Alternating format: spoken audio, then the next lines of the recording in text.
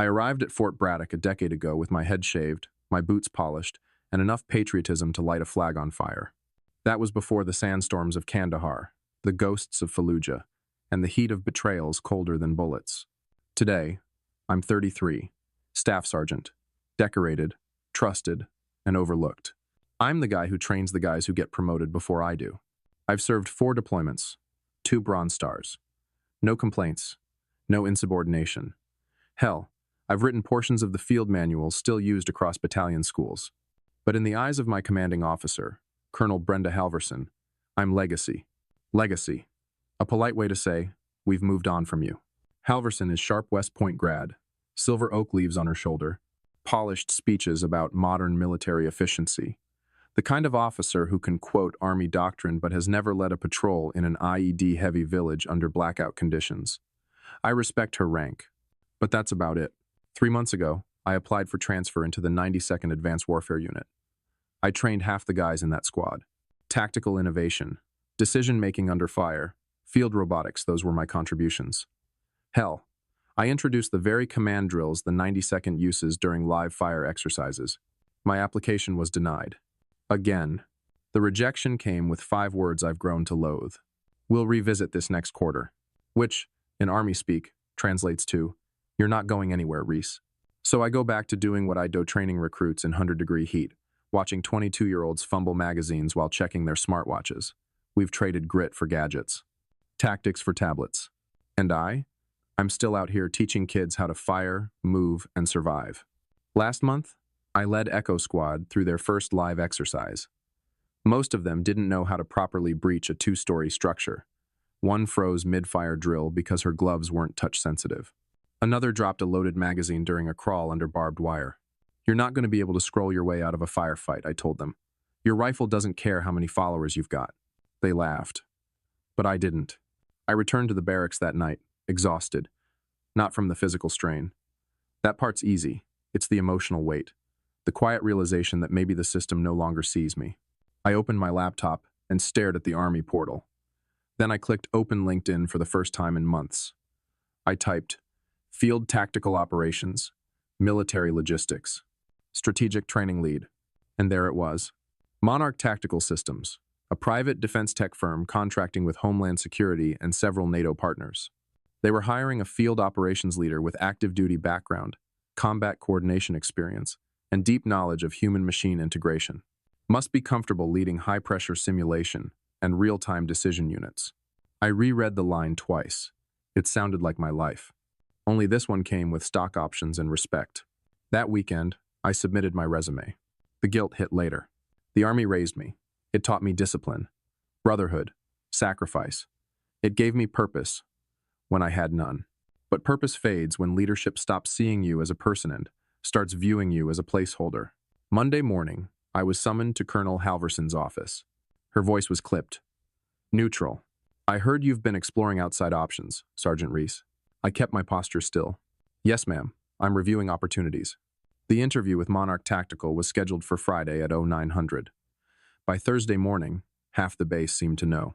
Rumors move fast in the military, faster than Humvees, faster than supply drops, and definitely faster than discretion. I didn't say a word. Not to the guys in Echo Squad. Not to Meeks, my closest peer.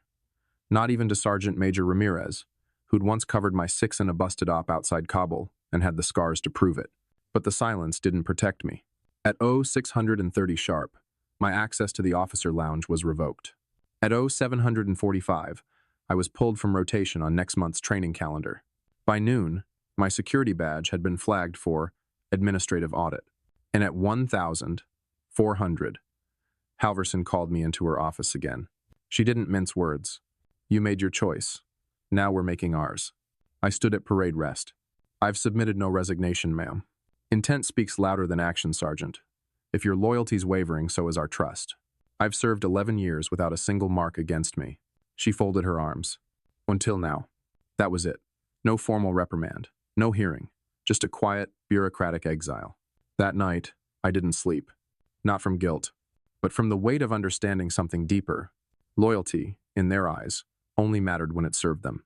The moment you start valuing yourself, they call it betrayal. Friday morning came. I ironed my civilian button-up and logged into the secure video interview with Monarch Tactical. On the other end was Marina Khan, their director of field strategia, sharp, steel-eyed woman with a background in cyber warfare and logistics. She didn't waste time with fluff. I've reviewed your experience. Tell me one mistake you've made as a leader and what it cost you. I took a breath. I once delegated a forward recon mission to a junior NCO who wasn't ready. I knew it, but I wanted to prove he could handle it.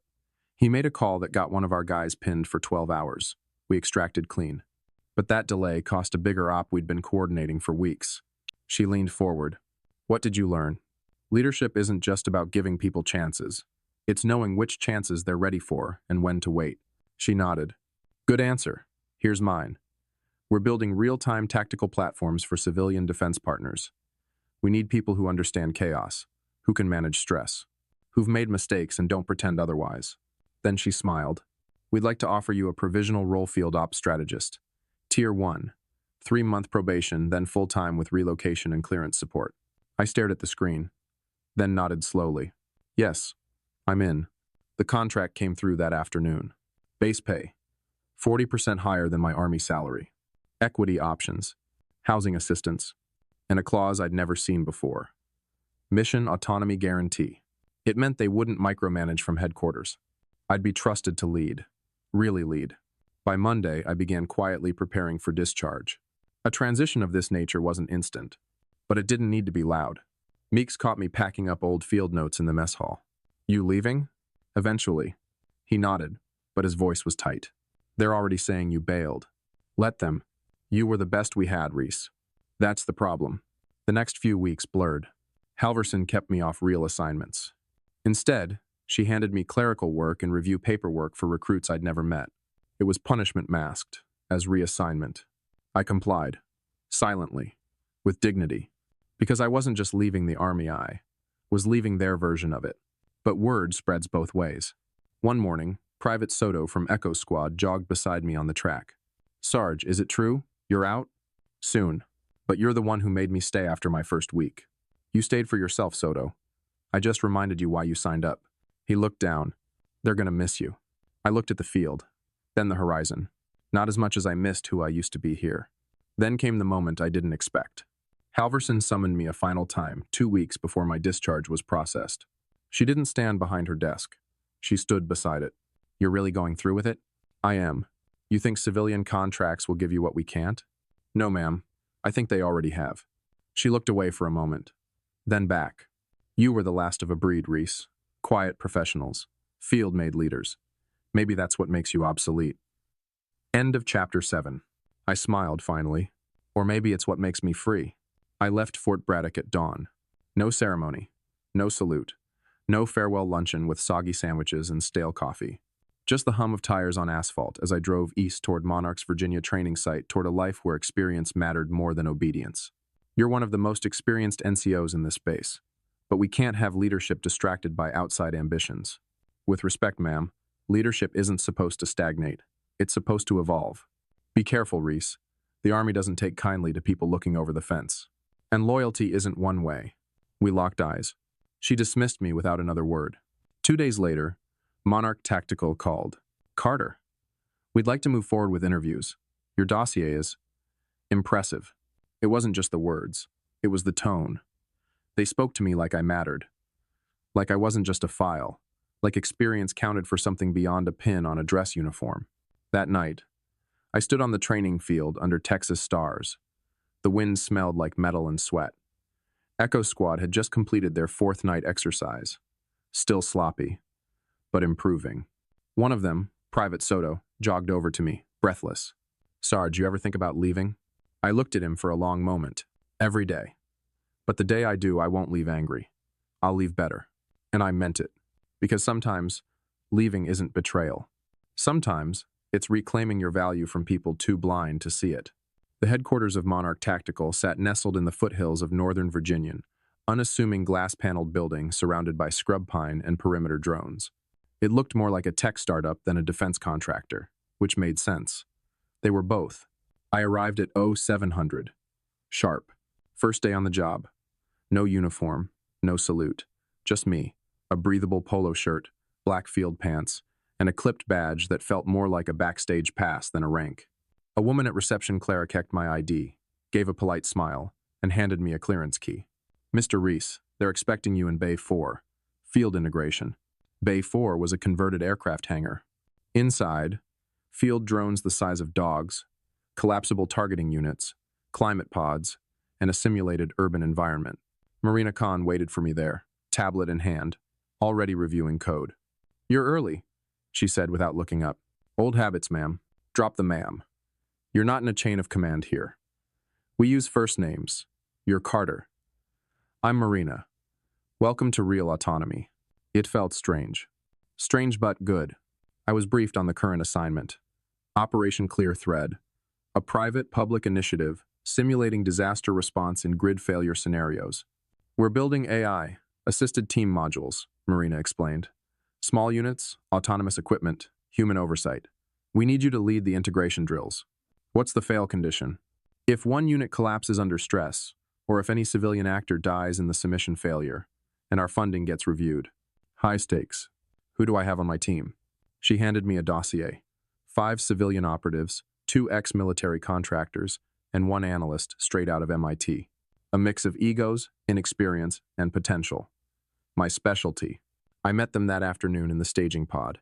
The MIT analyst Theo Luntz looked like he hadn't seen daylight in weeks. Skinny, twitchy, brilliant. "You're the army guy?" he asked, squinting. "Was. Now I'm just the guy making sure you don't accidentally get your drone shot." The ex-SEAL, Beckett, sized me up quietly. Respectful, but cautious. "Heard you ran ops in Kandahar." "Yeah. You?" "Mosul. 2 rotations." We nodded. No more needed to be said. The others introduced themselves. A communications expert, a logistics coordinator, 2 former FEMA operatives, and a medical response lead who used to be a trauma nurse in Detroit. Solid team, but untested at least together. Our first simulation started rough. The objective was simple: secure a collapsed highway bridge, extract trapped civilians, and coordinate support using drone comms and field bots. In theory, clean and quick. In execution, chaos. Theo's code glitched, sending 2 drones into each other mid-air. The logistics lead botched the drop location for water supplies, and Beckett, frustrated with the delays, went solo and triggered a simulated detonation. Mission failure in 28 minutes. I gathered the team under the harsh fluorescence of the debriefing bay. "You're smart," I said. "You're capable. But you're playing as individuals. This isn't chess. It's rugby." They stared at the floor. No one made excuses. I nodded. We go again. Same op. Clean slate. By day 3, things changed. We ran the same scenario 5 times. They improved every run. Theo learned to sync his AI systems with backup protocols. Beckett stopped going rogue. The communications expert figured out how to link low-bandwidth channels across failing networks. And I learned how to lead without barking orders. Marina watched every drill. "They're listening to you," she said on Thursday. "Even Beckett. They're listening to each other. That's what matters." But then, the threat got real. Friday morning, Marina stormed into Bay 4, eyes fierce. "New orders. This isn't just simulation anymore." She handed me a red folder marked confidential. "Dom Ops 17A. One of our AI modules got hijacked in a live DHS exercise in New Mexico. It triggered a false breach at a fuel depot." "In real time?" "Yes. The feds are livid. They want an audit and recovery team on site." She looked me dead in the eyes. "We're sending you." I flipped through the file. GPS coordinates, system logs, intel chatter. "When?" "Now. Your flight leaves in 4 hours." As I packed my field kit, Theo approached me. "You think it's sabotage?" "I think it's bigger than we've been told." "You'll need this," he said, handing me a portable AI debugger. "I've never used one of these." "You're a fast learner." He smiled, for the first time since I'd met him. "Just don't let them use you, Carter." I paused. That's exactly why I left the Army. As the jet lifted off from the tarmac, I stared out at the fields rolling beneath me. I wasn't just leading a team anymore. I was leading a mission that could determine if Monarch Tactical lived up to its promises or folded under its ambition. And for the first time in years, I felt purpose again. Not from rank, but from trust, from respect, from building something better. I landed in Albuquerque just past 0300. The desert night was sharp and quiet, the air thinner than Fort Braddock's heavy humidity. A black government SUV met me at the tarmac, No markings, no driver name. Just a simple greeting. You Carter Reese? I am. Get in. We've got a mess. The site was 2 hours east of dormant DHS facility used for energy storage and emergency fuel redistribution. Now, it looked like a war zone. Perimeter fencing torn by explosion drills, drones scattered in pieces, a smoldering recon bot half submerged in a fuel basin. A stern-faced man with a Homeland Security badge stood waiting as I stepped out. Agent Marcus Dell, he said. You're the Monarch liaison? Field strategist. What happened? AI system went haywire. Blocked our manual override, activated a fuel lockdown protocol, and almost triggered a chain detonation. Only reason we avoided it was manual system cutoff from inside. You're saying this wasn't human error? He stared at me. Number, I'm saying your company's platform locked us out of our own controls. Inside the bunker, I was handed a secure laptop and access to the corrupted logs. What I found turned my blood cold. Buried inside the telemetry data were intentional, overrides code snippets that didn't match Monarch systems, deliberate packet delays, forced priority shifts. This wasn't a malfunction. It was infiltration. And worse, the override patterns matched legacy protocols I recognized. Green Core systems. Green Core. My old employer. My former commanding officer, Colonel Halverson, had signed a memorandum of understanding with them 2 years ago for AI-assisted training platforms before I left. Monarch had acquired some of that codebase in a legacy bundle, but I'd flagged it during onboarding as unstable and deprecated. Clearly, someone had ignored that warning, or worse, reintroduced it. I reported back to Marina via encrypted comms. It's sabotage, I said. Internal? Number external injection. But it's piggybacking on code that was never meant to survive our platform transition. From where? He hesitated. Green Core legacy systems. Silence. Then, Carter. We've been reviewing acquisition records. There was an unauthorized merge request into our Tier 3 software branch 3 weeks ago. Do you think? I think someone with access is trying to take us down from the inside. Over the next 24 hours, I worked alongside DHS cyber analysts to isolate the breach pattern. I didn't sleep. I barely ate. It wasn't just about saving Monarch's reputation anymore. It was personal. Because I saw the same tactic used years ago in an Afghan drone pilot training module tactic I'd warned Halverson about. She buried the report. Now it was back. And weaponized. By the third day, we'd traced the breach back to a shell account tone that routed through a private consulting firm that happened to employ a former Green Core developer named Vincent Mallory. Vincent, a name I hadn't heard in years. He was once Halverson's technical golden boy. He'd been stationed at Braddock briefly before moving into the civilian sector. Smarter than anyone gave him credit for and ruthless. He built the override architecture, I told Marina. And I guarantee he's been feeding bad code into Monarch's branches through backdoor acquisitions. Why? To tank our credibility. Maybe to poach contracts. Maybe to push a buyout. Maybe just because I walked away. Marina exhaled. Can we prove it? Give me 48 hours. What followed was digital trench warfare. Me, Theo, remotely patched in, and a DHS team digging through layers of buried legacy code, command histories, access logs, ghost credentials. Theo traced a dormant dev token back to a commit that shouldn't have existed. I matched the fingerprint to an old Green Core QA server. It was all there. We have him, Theo whispered. This isn't sabotage. It's a hit job. Marina moved fast. She presented the findings directly to DHS and the Department of Defense. Within days, Monarch was cleared of wrongdoing, and a federal investigation was launched into Vincent Mallory and the contracting firm involved. Halverson's name appeared in the investigation file, not as a perpetrator but as a sponsor of the codebase Mallory had weaponized. 1 week later, I returned to Monarch HQ. No red carpet, no fanfare. Just Marina waiting with a folder in hand. Effective immediately, she said, handing it to me. You're promoted to Director of Tactical Field Ops. We need someone who sees threats before they become press releases. Thank you. She smiled. You didn't just save the contract. You saved our integrity. That night, I sat outside the building watching the sun sink behind the Virginia hills. The wind was calm. The silence clean. No salutes. No forced loyalty. No brass lectures about betrayal. Just respect, earned, and a reminder that leaving behind the wrong system doesn't make you disloyal. It makes you free. 3 weeks after the breach was uncovered, I stood in a congressional hearing room in Washington, D.C. The ceilings were too high, the lighting too bright, and the microphones too close. I wasn't used to being the center of attention without a rifle in my hand, or boots in the dirt. Now I was a witness in a federal cybersecurity probe. My name badge read Carter Reese, Director, Tactical Field Ops, Monarch Tactical Systems. That title still felt foreign, but the responsibility didn't. Across from me sat a panel of federal officials, 2 senators, a DHS representative, and a DoD analyst I remembered seeing once during a drone conference in Ramstein. The room hushed. I struck. "Mr. Reese, you may proceed." I laid it out clearly. From the deployment of unstable legacy code during my time at Fort Braddock, to its quiet migration into Monarch systems during a bulk acquisition, to the breach that nearly caused a civilian energy catastrophe, and finally, the investigation that uncovered Vincent Mallory's sabotage. I didn't hold back. But I didn't make it personal until they asked the right question. "Staff Sergeant Reese, pardon. Mr. Risto, you believe this infiltration could have been avoided?" I looked at the senator square in the eyes. Yes. In fact, I flagged the same vulnerabilities 4 years ago while serving under Colonel Brenda Halverson. A pause.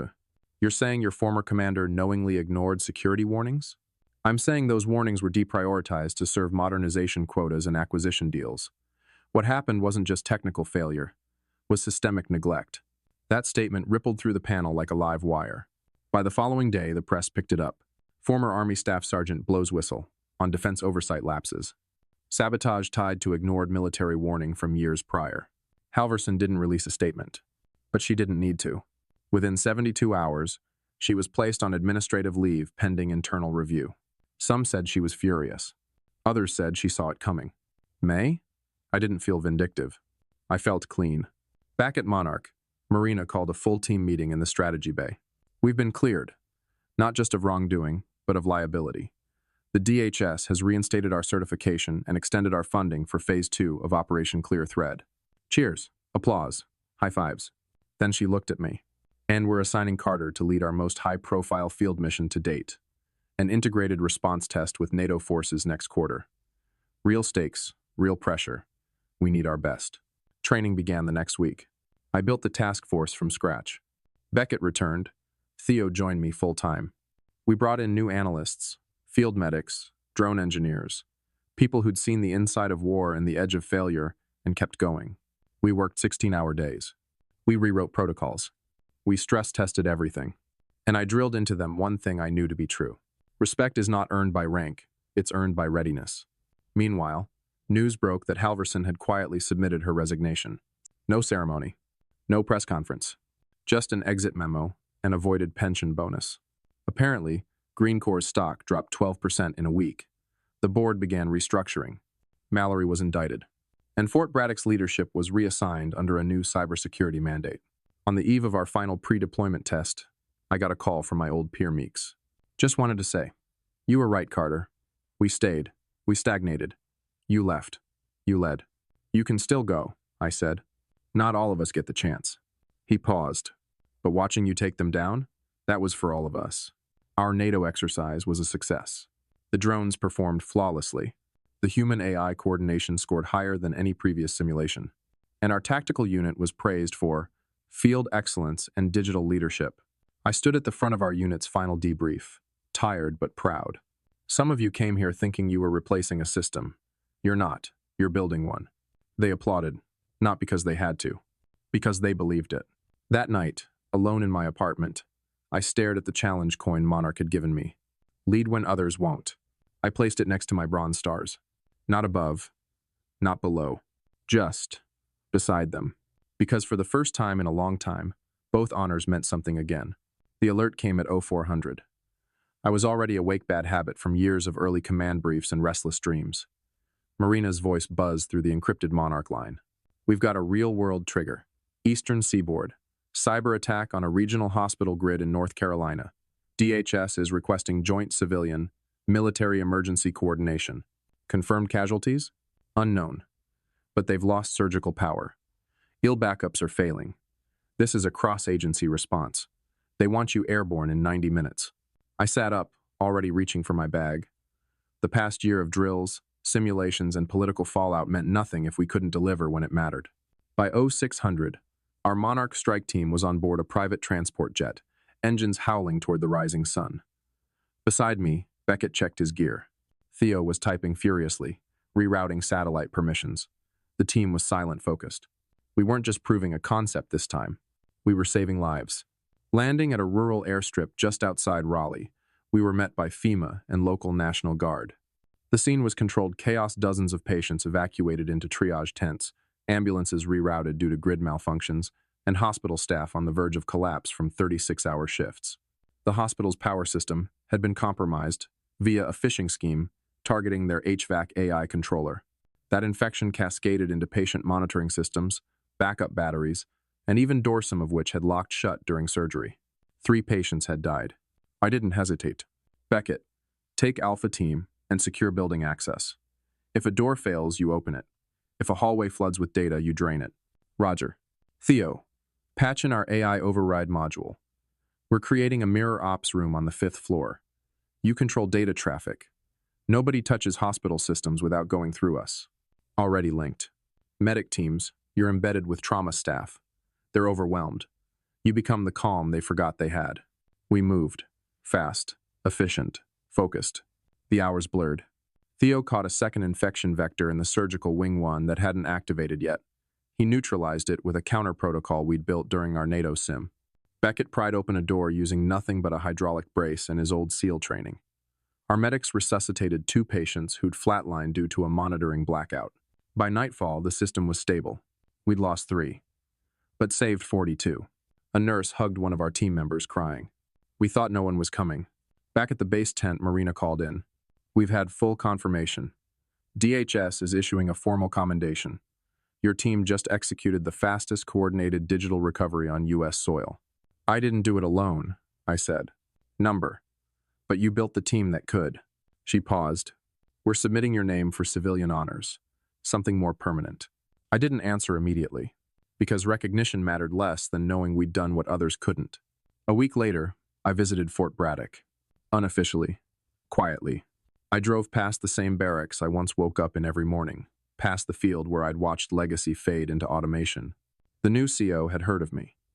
Offered a handshake. I declined a tour. I wasn't there to gloat. I was there to say goodbye. To the version of me who waited for promotions that never came. To the soldier who believed loyalty had to mean staying. Back in Virginia, I walked the Monarch campus in the late evening, sun dipping low behind the trees. Theo was running a code test. Beckett was drilling a new recruit. I sat in my office alone and looked at a plaque that now hung beside my old Army awards. It read, "Leadership isn't about control. It's about clarity when others lose it." See, Reese, Monarch Ops Directive, Volume 1. I wasn't a rank anymore. I was a builder, a protector, a leader finally, in a place that respected what that meant.